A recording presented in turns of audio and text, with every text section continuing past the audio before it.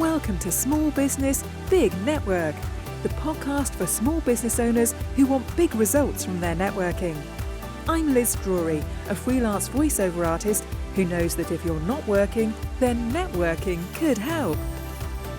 Andy Brown is a speaker, a coach, a podcast host, and the author of The Emotional Overdraft.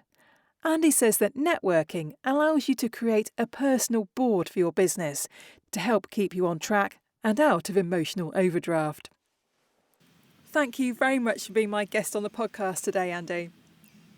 Oh, I can't wait for the conversation, Liz. I've listened to a few of your podcasts and I love this. There's so many takes on the idea of networking, and it's given me some pause for thought, so I'm looking forward to it. Good, that's really nice to hear. So you're an author, a speaker, a coach, a podcast host, all sorts of things. But what has your career journey been? Where did you start, Andy? I suppose where I most of my background is in advertising and creative and communication businesses until I became too old to do that and became an advisor. But I started back in the day when I went to university. You got a grant or you didn't, and I didn't get a grant, but my parents also said, you're on your own, buddy. Right. We're not going to chip in, for very good reasons, and they couldn't afford it, and they were right not to help.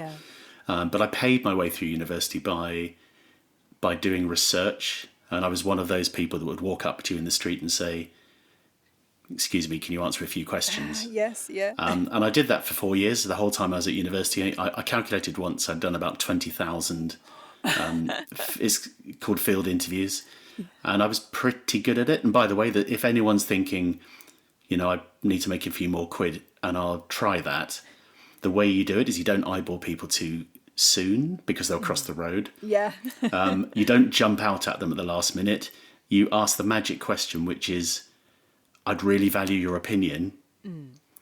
And no one can walk past that. No one can go past, have you got a minute? No, I don't. Yeah. But I'd really value your opinion. Yes. Almost no one can go past it. And it's well, there you are. So, It's like polls on LinkedIn, isn't it? People just can't scroll past and they've got to answer the question.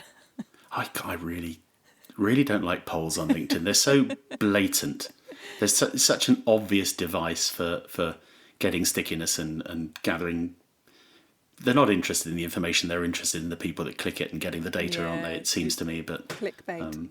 Clickbait indeed. So, what was it that brought you into the coaching space where you are now? I ran my own business. I set my own agency up and sold that, and then I worked for someone else's agency, and did that 2 or 3 times in a row.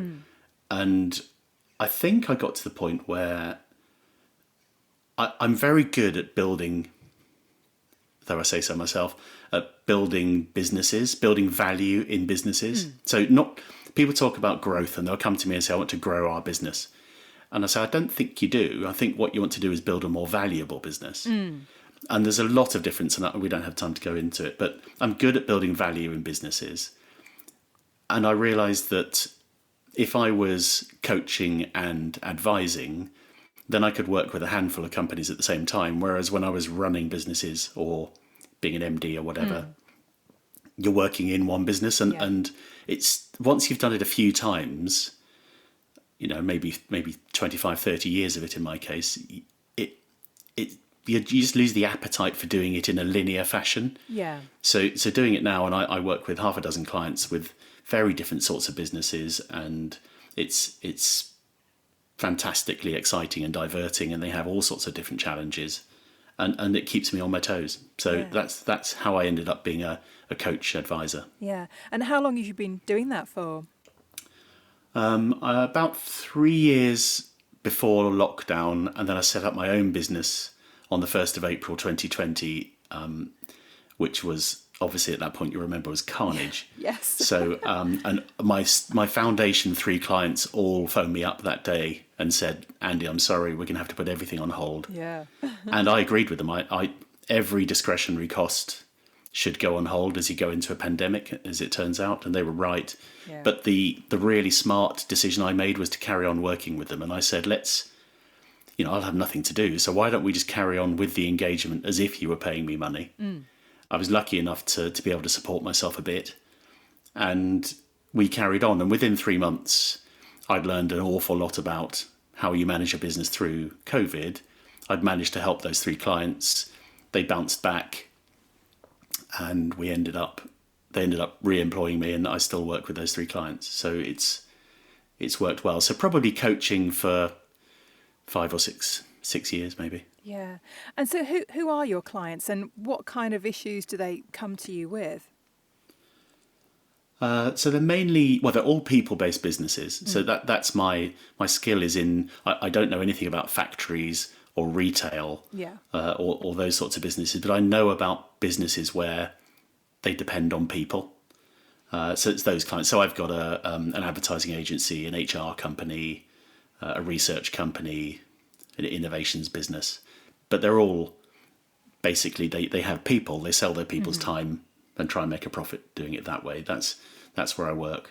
And that's also where my book, The Emotional Overdraft, came from, the insights from those businesses, which were people who were, what I realised people were doing was they were subsidising their businesses at the cost of their own mental or physical wellness, of their own health.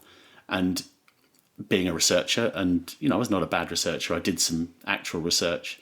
And what I discovered is almost everybody who runs a small business or leads a small business has some form of emotional overdraft. They are subsidising the business to some degree, and some people a lot. And that's when stress happens and burnout and overwhelm and all those awful things. So that's become an area of interest for me, because what I've discovered is if you can remove or reduce the emotional overdraft more often, then that frees up your capacity to have an impact as a leader or as a founder or entrepreneur.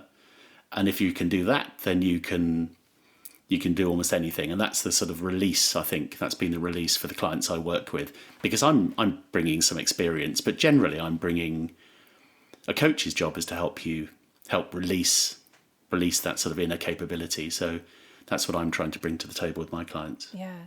So where did the phrase emotional overdraft come from?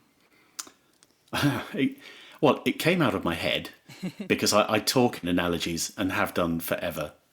So it felt to me like there was the emotional soft side of this, but the overdraft, the hard, tangible bit, and it seemed to fit really well together. Then once I started looking into it, I discovered that 2 or 3 people have talked about it over the last 20 years conceptually, because most analogies have been used before, but it came out of my head really as a concept. But there's an interesting tie into networking in here. And I promise I'm not here to plug my book, and my publisher hates me when I say this, but I really don't care if people buy the book or not. What I'm interested in is people understanding that those feelings you get, that feeling of being pulled down by your own business, of it costing you, when you stop taking exercise, when you don't see your kids as often as you used to, when you start to get ill, when you get stressed, there's all sorts of symptoms, that it's a real thing and you can do it differently. So that even just knowing it exists as a thing is important. But in relation to networking, and that's why I was really keen to talk to you, and I've enjoyed the podcasts, is because I think one of the really important things when you run a business, and I've run my own small business twice, and even now, I suppose, technically, I've got 2 staff. I run a small business. Is it's so isolating. Yeah. And you can feel completely alone. And part of what I talk about with emotional overdraft is to develop a personal board, which you may have talked about before. But the concept of the personal board is to have some people you can lean on, a network who you can lean on, who have your best interests at heart. And they may or may not know you're on your personal board, but typically you'd have a coach, which this is not me plugging for work, because I have no capacity for more clients. So, but a coach of some kind, a mentor, a peer who's sort of in your industry and knows how it works, but isn't your coach, a fitness coach, someone who you can lean on for advice about fitness, physical fitness particularly. A cheerleader, I think, is really important. Someone who, and that's probably not your partner or your family, but it's someone who's always in your corner and always going to be cheering for you. Yeah. And that's a sort of network in its own right. Yes. And then I got thinking about none of this is in the book, and I really wish I'd thought about it before, but it is. I was just fascinated to listen to people. You had someone on who was talking about a network they built, a creative, was it MCC or TCC? TCC, yeah. A creative community. Creative collective, but it's a community of people Yeah. with similar sorts of challenges and similar sorts of businesses and skill sets. Yeah. And I thought, well, that's, again, if you're deep in your emotional overdraft and you're isolated and you're feeling, all of these challenges, to simply plug into that is really powerful. And to know that it's not just you, and to know that other people are dealing with similar things and there are some solutions, and to take yourself out of the day-to-day, out of the weeds for a moment. I think that would be a fantastic way to start addressing some symptoms of emotional overdraft. So it just seemed to me that it was such this idea of networking. I think some people look at it and go, well, networking is, you've got to go and walk up to people you don't know and say, hello, my name's Andy. Don't do that if your name is not Andy, because it will confuse people. But that isn't what networking is. Networking is making connections, isn't it? Yeah, absolutely. Sorry, I'm rabbiting on. Yeah. Apologies, Liz. And I can't remember whether we spoke about this in the TCC episode or not, but something that the TCC have, apart from their networking meetings, is what they call their peer-to-peer basically support group. We have a WhatsApp chat, and once a month there's a Zoom call in an evening, and people can come along with an issue, a problem they want to discuss, and just be supported by the rest of the community. And that's really valuable, because, like you say, entrepreneurs, like solopreneurs, like myself, I'm working on my own all day, every day, and it's great to know that there are other people out there that have got you back, basically. Absolutely, and that's, I think, what I've discovered in the last few weeks, whilst I've been listening to your podcasts, is that network means a lot of things, and it can be used. It can be so useful. It's the connectivity of it. My family are huge Star Trek fans. I always think of the Borg when I talk about connectivity. The Borg are these people that are all connected with one brain, sort of thing, even though they're individuals. But not that necessarily that level of connectivity. But I've got clients at the moment who are creating what a brilliant marketing strategy right at the moment, which tells you something about society, is to if you have a group of clients who have common requirements or common challenges, my clients are creating communities or networks to allow those people to connect and to compare notes. And so it's a fabulous marketing tool, because it gives you the permission to be in all those conversations. So loads and loads of value in it for you. But it suggests again to me that we're looking for connection again. We're looking for permission to talk to other people and to get away from what we're doing on a day-to-day basis and communicating with different people in different ways with perfect permission, and the permission to do it with no judgment as well, particularly where no one's going, oh, well, you're an idiot. And they might be thinking that sometimes, of course people are, but where the people are there with the express purpose of giving you a platform to share your challenges. Yeah. So how much networking do you do yourself? Presumably you're you do go places to sell your book, I'm assuming.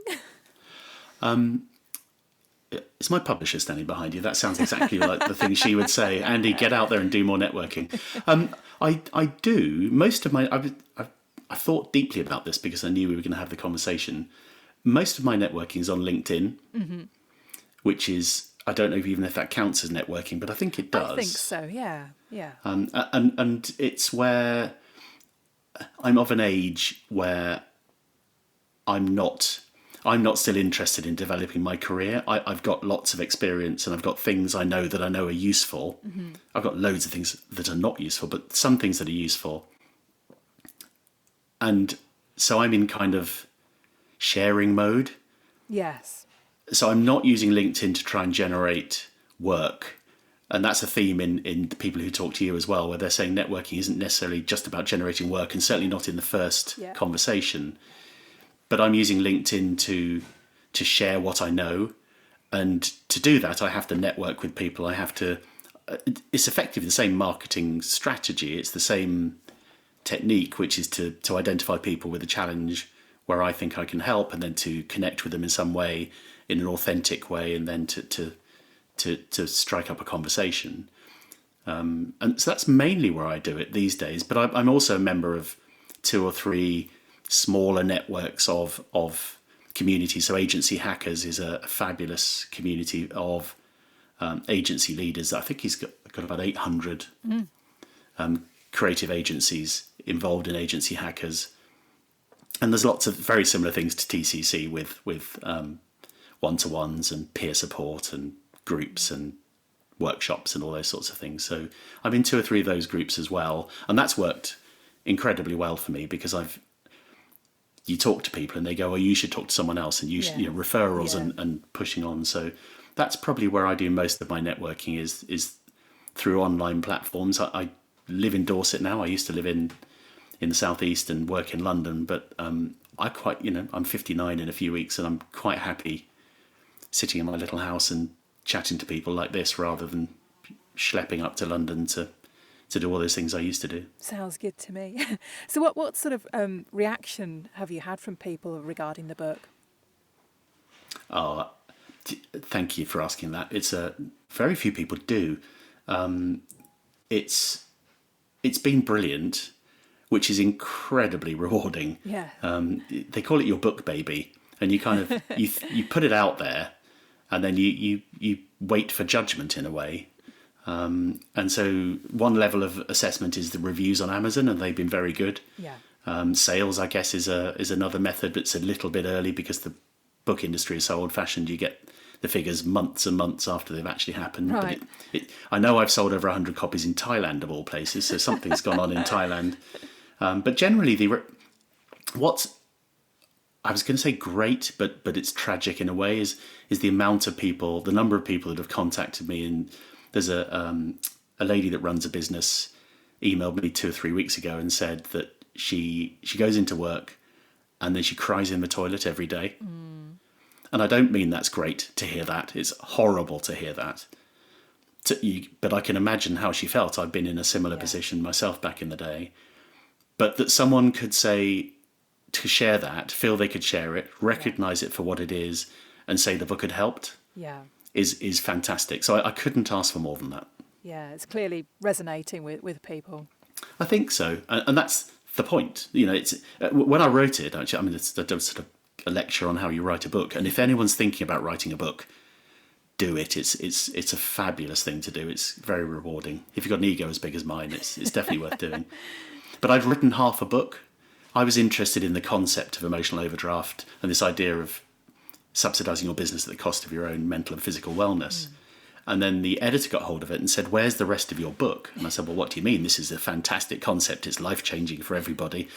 And she said, well, it is, but where are the answers? What do you do about it? And I'd sort of not written the second half of the book, so then I had to sit down, and it took me another nearly 2 years to write that because that was the difficult bit. And that's the bit that's got the traction with people, the bit that says, well, there are 10 drivers of an emotional overdraft that the research has thrown up, and these are things you can do about it. This is literally a list of things that you can do differently. And the brilliant thing about founders is that you don't need to learn new stuff. You don't need to go and buy books. You don't need to go on courses. Most of removing an emotional overdraft, of that thing that's crushing you, that's making you feel stressed, you can get rid of by changing behaviours. And there's nothing easy about changing behaviour. That's why the whole subgenre of books about habits. Because habits are really hard to change.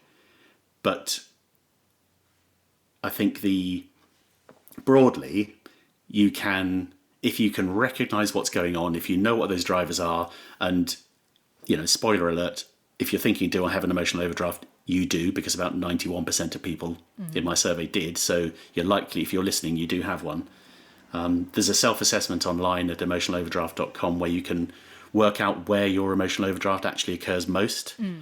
And then you can start being quite granular about what you can do about it. And that's the second half of the book. But it's also very common sense. So Yeah. you can do something about this without, when you're under pressure and you're stressed and you're running a business and you're not getting enough sleep and you're snapping at your kids and someone's just resigned and a client's being difficult and you've got 3 proposals to send out and all those things are going on, you don't need some old bloke like me coming on saying, oh, by the way, read a 250-page book. Yeah. But you can do something about it, and you don't have to learn new techniques. It's perfectly within your capability of changing it. So, and part of that is networking. Part of that is sharing how you're feeling, talking to other people, understanding how they're dealing with it. So that's why it's network generally, or networking in specific terms is so important. Yeah. And do you think that small business owners are particularly prone to have a large emotional overdraft?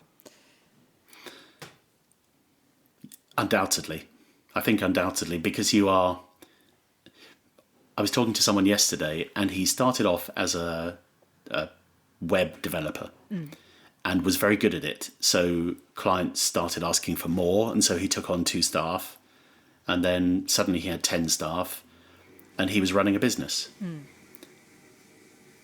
But he was still trying to do the work. He was still trying to do all the jobs. He couldn't let go of stuff. He had imposter syndrome, self-confessed imposter syndrome. So all the time he felt he was only 22 or 23 at that point. So very young, very inexperienced. Yeah. He didn't feel he was qualified to talk to these big companies that were asking his advice. I think people who run their own businesses, small businesses, absolutely suffer from this. However, it's not a bad thing to have an overdraft. An overdraft exists in your bank for a reason, which is sometimes you need that extra bit of capacity, that extra little bit of money to draw on if you've got a big order, or you need a little bit of cash flow or whatever. So an overdraft, including emotional overdraft, is not a bad thing in itself. The bad thing is when you don't repay it. Yes. So go into your emotional overdraft is fine, but come back out of it, pay it back off. Make sure you don't just operate permanently in there, because that's when burnout comes. That's when stress happens. It's a great thing. I used to lead pitches for huge bits of business in the organisations I worked for, and we work all the hours you could find, and I wouldn't see my kids for 2 or 3 days. But you do the pitch, and at the end of it, you then go, okay, we've got to recognise I need to plug back in. The way I described it is like a mobile phone. If a mobile phone runs out of battery, you don't shout at the mobile phone and go, give me one more call, give me just one more call. If the battery's gone, the battery's gone. Yeah. And we're the same. But we expect ourselves to just carry on and do one more call and do these. We have to unplug and sort of pay back the overdraft, because it's the most expensive borrowing financially you can get, and it's the most expensive way of operating your business emotionally and physically that you can do. So it's definitely one to be avoided. Yeah. So your book talks about emotional overdraft and how to get yourself back on track, I guess, from that. But are there things we can do to prevent it happening in the first place? Oh, you're good. This is why you're a podcast host, Liz. That's a fabulous question. Yeah, there are. And I think in the first instance, it's recognised that it exists. So just having the label is useful. Just thinking to yourself, I wonder if I'm drawing on my emotional overdraft right now.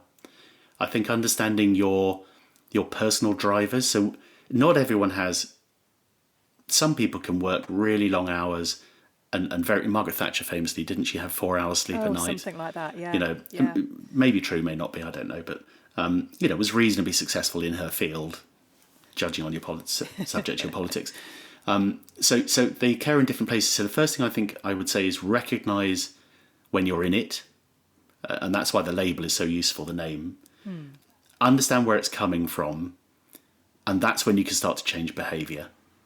So if you're a JFDI, that's one of the drivers that my editor insisted we call it just flipping do it, but I call it something else. But JFDI behaviour is someone who's a doer, and if you're that sort of person, you're just going to get things done. You're going to get frustrated if you've got a few staff, you're going to get frustrated if they're not doing it as quickly as you would.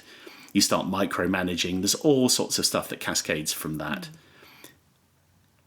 If you are that sort of person, one of my little tips is to say, admit it to your team or admit it to your family, and let them call you out on it.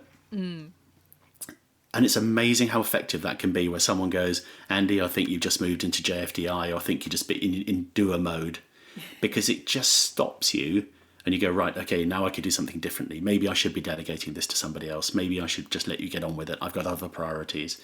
So I think knowing where your emotional overdraft happens allows you to anticipate it before it happens and then head it off. So that's probably the two strongest ways of doing it. It's not a bad thing. It's just a bad thing to live with an emotional overdraft. The other thing is, you might not think, you might be listening to this and going, I don't have an emotional overdraft, Andy, and that could be true. 9% of people I spoke to didn't. But you might inadvertently be borrowing from someone else's emotional overdraft. And that's the most insidious one in a way, because you don't realise it's happening. And that could be your partner or your kids. It could be your network, your people who are supporting you, where you've just become a very one-way street. So it's something, it is a universal issue, but I have a very understanding wife, but I absolutely know in the past, when I'd been working hard, I have put her under immense pressure. I remember she once said to me, I like playing cricket, or back in the day I did, and she said, I was going to play 2 games in one weekend, so I was out for both days, and we had very young kids, and she said to me, that's fine, if you need to play cricket to unwind, I understand that, but you should know that for me it feels like purgatory. And she made it pretty clear to me that was my choice, and I hadn't realised, or I hadn't thought, I was just so, I need to unplug, I need to go and just run around after a little red ball. I hadn't been thinking about the impact it was having on her. I knew it was hard, but I thought she was dealing with it. But with 2 little kids, purgatory is a pretty big word, isn't it? I've been there. Yeah, I mean, that was 30 years ago, so I still haven't forgotten. So it was. She's a wise woman. Well, I've really, really enjoyed our conversation, Andy, and learning all about emotional overdraft, something I'm quite sure I've had from time to time. So if people want to get in touch with you, Andy, or buy your book, what is the best place for them to find you? Oh, I think everyone knows where to buy a book. So Amazon or Waterstones or wherever you buy your books. I'd encourage you to go on to emotionaloverdraft.com and look at the self-assessment. That's where I'd go. It's free. It's a little, whilst we were developing it, we called it the Cosmo quiz. It's like, I don't know if the Cosmo even exists anymore, Cosmopolitan magazine, but there used to be 50 questions. Will your boyfriend be with you in a year's time type quizzes. It's a yes/no sort of quiz that produces a bit of analysis. So that's where I'd probably encourage people to go. But if you think you've got an emotional overdraft, if you've got a challenge, find me on LinkedIn or emotionaloverdraft.com, and I'll happily talk to anybody about it. Lovely. Well, thank you very much, and best of luck with your networking and your book sales. And thank you very much for being my guest. Oh, thank you for having me, Liz. Thanks for listening to Small Business, Big Network. If you found this podcast useful, please do rate, review and subscribe. And don't forget to share it with the rest of your network too.